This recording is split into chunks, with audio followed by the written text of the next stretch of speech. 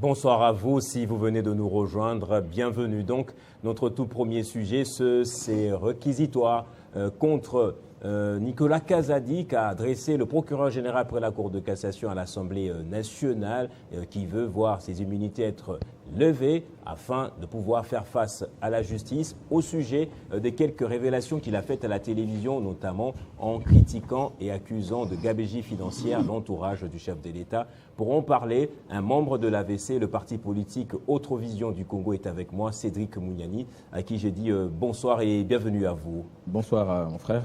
Je voudrais directement corriger. C'est Cédric Moudiantou. Moudiantou. Ouais. Ah d'accord. Voilà. Donc mon nom a été massacré. Je tenais à corriger cela.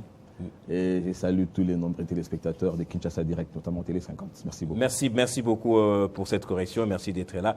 Jean-David Kilolo nous a peut-être induit en erreur en disant que c'était Cédric Moudiani. Ce sera corrigé même au niveau de la régie également. Très bien. Alors, cette affaire, ces réquisitoires contre Nicolas Kazadi, ça a pris tout le monde de court, alors que ce n'est plus une flagrance. Ces propos ont fait l'actualité pendant au moins 2 semaines, juste quand on a instruit ou on commence à instruire contre Constant Moutamba, on voit venir directement ce réquisitoire. Qu'est-ce que ça veut dire d'après vous? Non, mais je considère juste que c'est finalement une opportunité de clarifier parce que c'était allé dans tous les sens.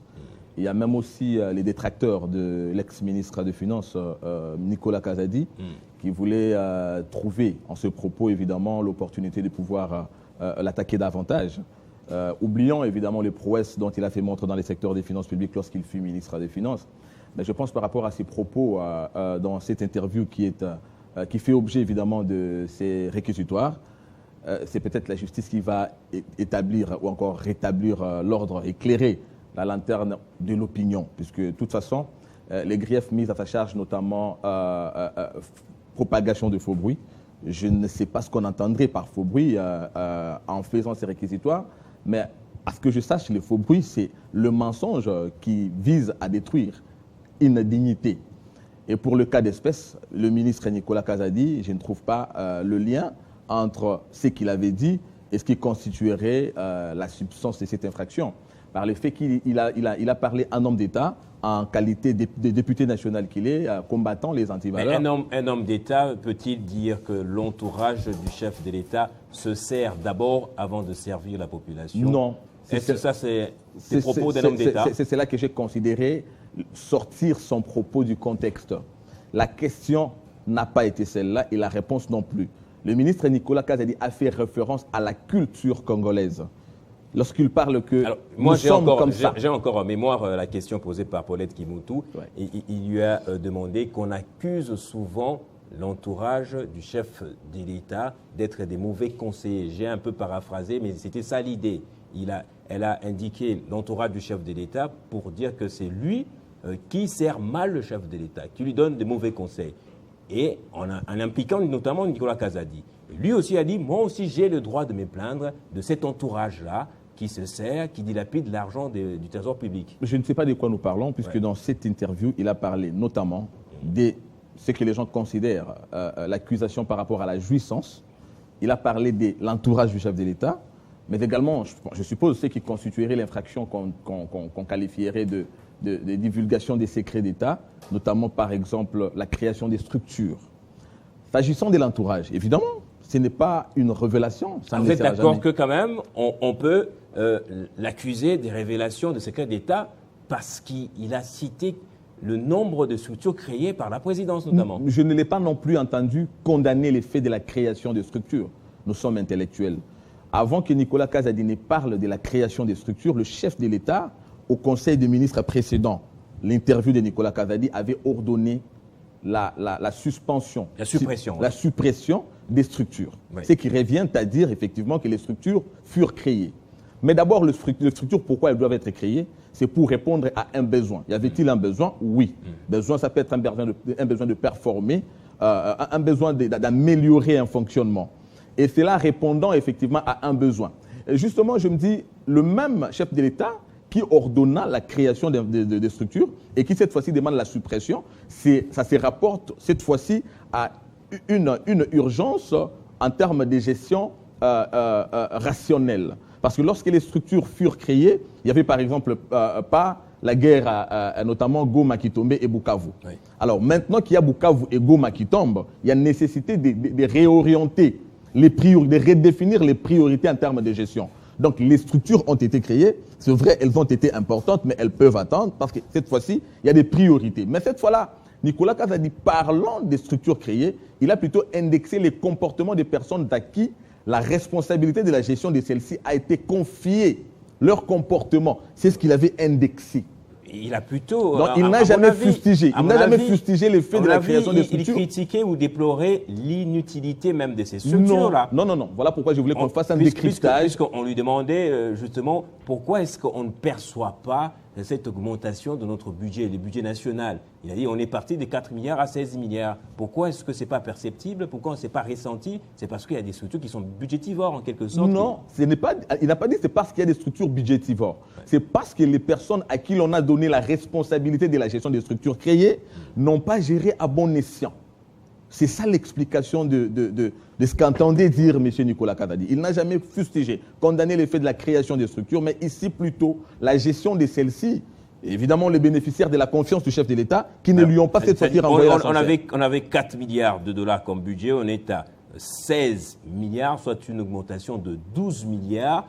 Et c'est ces 53 structures créées par la présidence notamment qui avalent, qui absorbent tout cet argent. Ce n'est pas d'abord une question de détournement dans ces entreprises-là. Et s'il faut parler de détournement, d'abord, il faut commencer aussi par reconnaître que le fait de passer de 4 milliards à 16 milliards, il y a eu un travail fait. Et c'est là qu'il doit falloir saluer les prouesses du ministre des Finances, qui en son temps hérité d'un secteur à terre avec son prédécesseur Célie Alagouli. Nicolas Kazadi a travaillé même dans le sens au-delà des réformes qu'il a apportées, mais également de la réhabilitation de la RDC en termes de collaboration, partenariat avec les institutions, notamment de Bretton Woods. Alors ici, il s'agissait maintenant de l'impact de ceci. Oui, l'impact, c'est notamment aussi la gratuité de l'enseignement, la construction des infrastructures, la gratuité de la maternité par le fait de ce matelas financier constitué par cet accroissement budgétaire. Mais il a fustigé plutôt l'effet du comportement de ceux à qui la responsabilité de la gestion de certaines structures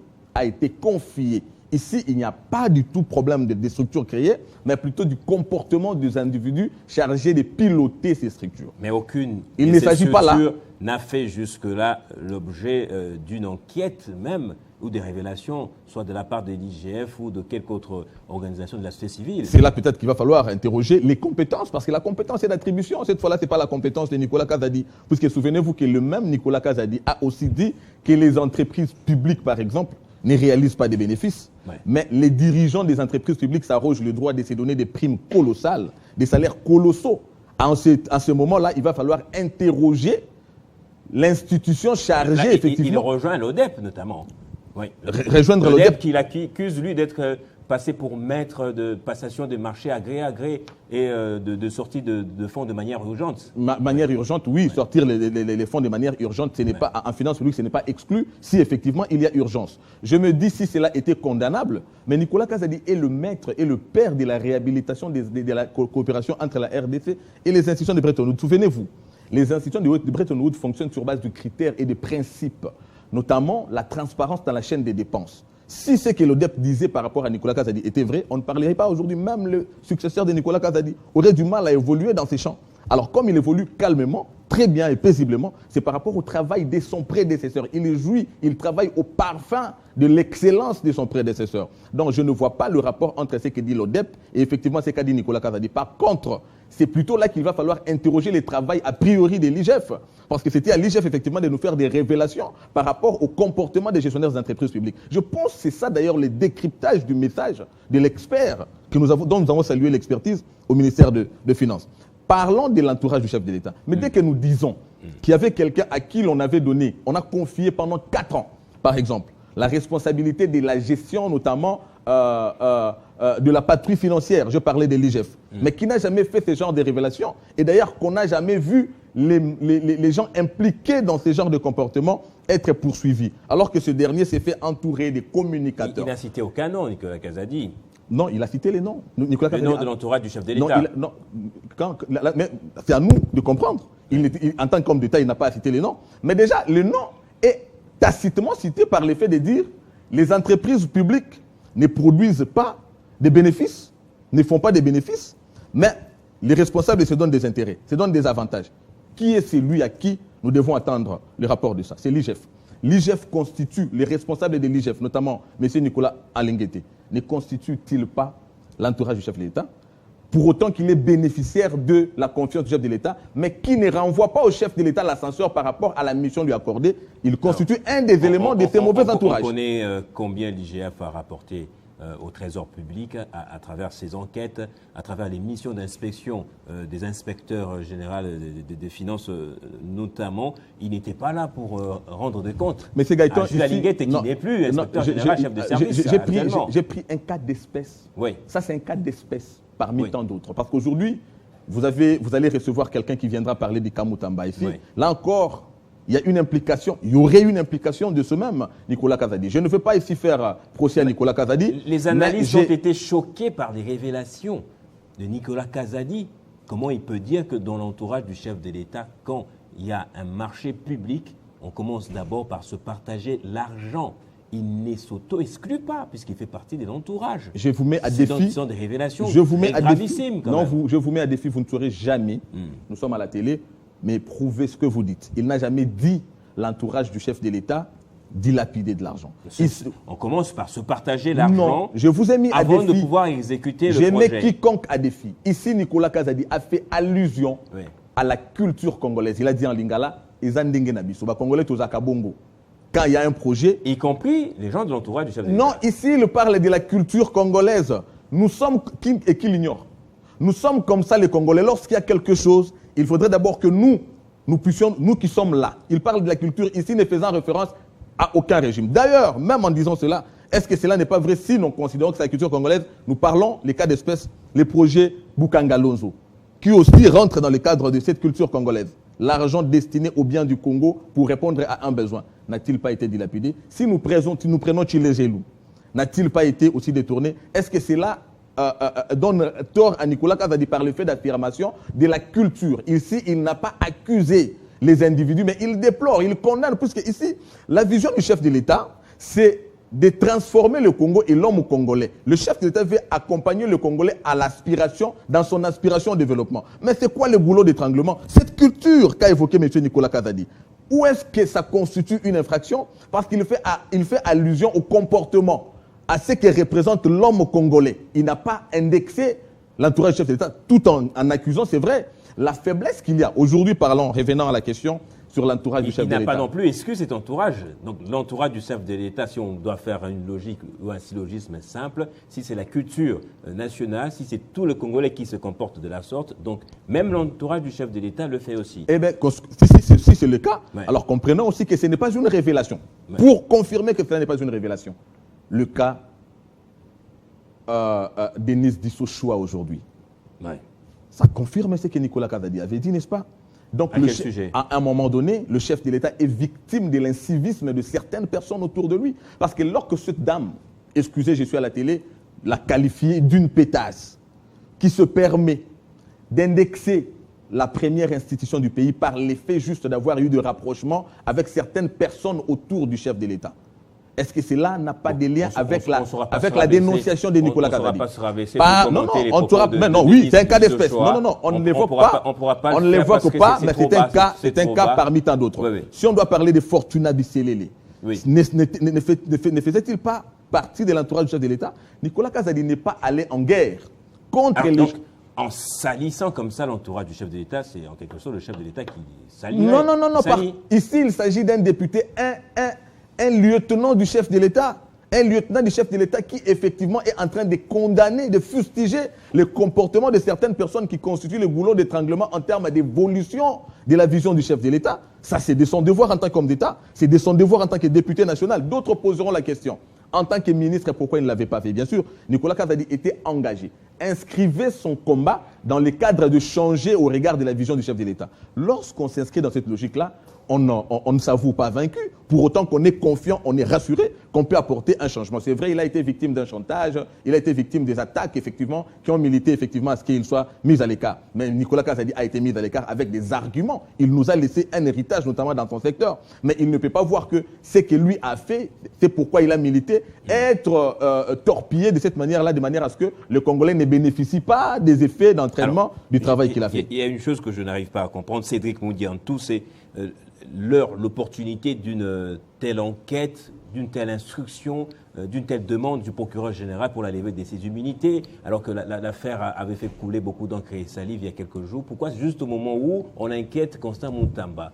Ce n'est pas juste pour maquiller la fin de Constant Moutamba qu'on cherche quelqu'un d'autre aussi pour des raisons d'esthétique simplement? Non, il n'y a pas de maquillage, il n'y a pas de maquillage non plus. Moi, je fais confiance en cette justice reconstituée, requinquée par le président de la République qui a cessé d'être l'instrument de répression politique qu'elle a été hier avec M. Parce qu'avec Moutamba, on sent une certaine célérité. Je ne sais pas. Réquisitoire après réquisitoire, je ne veux pas, moi, juger la célérité, la manière dont les choses évoluent, mais je suis ici en train de voir plutôt que je suis en train d'apprécier l'évolution de notre justice aujourd'hui. Et c'est ce qui me rend d'ailleurs confiant par rapport au dossier Nicolas Kazadi, puisque je me dis, étant donné que cela a fait objet du chantage, du malentendu, peut-être que c'est la justice qui va clarifier, puisque dans tout ce que Nicolas Kazadi a dit, il n'y a aucun de ces deux griefs, il n'y a aucune substance qui constituerait une infraction. C'est faible, ces deux griefs, notamment révélation de secrets d'État et propagation des faux bruits, c'est faible. Il n'y a aucune révélation des secrets d'État qui a été faite dans les propos de Nicolas Kazadi. Les 53. Il n'y a aucune indexation. 53 structures créées,